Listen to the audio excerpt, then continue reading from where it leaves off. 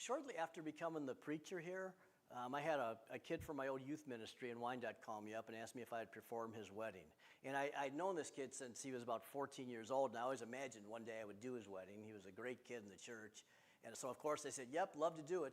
Minutes before the ceremony was to begin, I watched Josh, and he was nervously pacing the floor in the fellowship hall. He was just bubbling over with excitement, more so even than most grooms are before their wedding.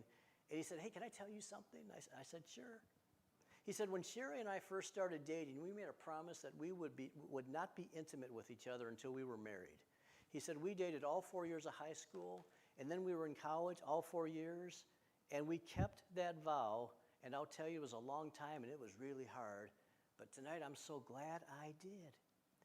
That's rare. It's also special. It was one of the most meaningful marriage ceremonies I've ever performed. It was also one of the shortest receptions I've ever attended.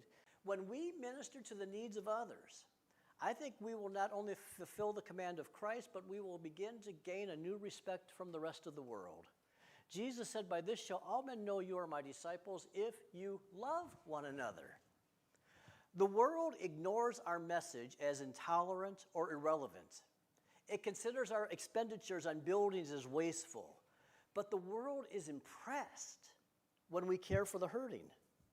Mark Twain wrote, kindness is the language the deaf can hear and the blind can see.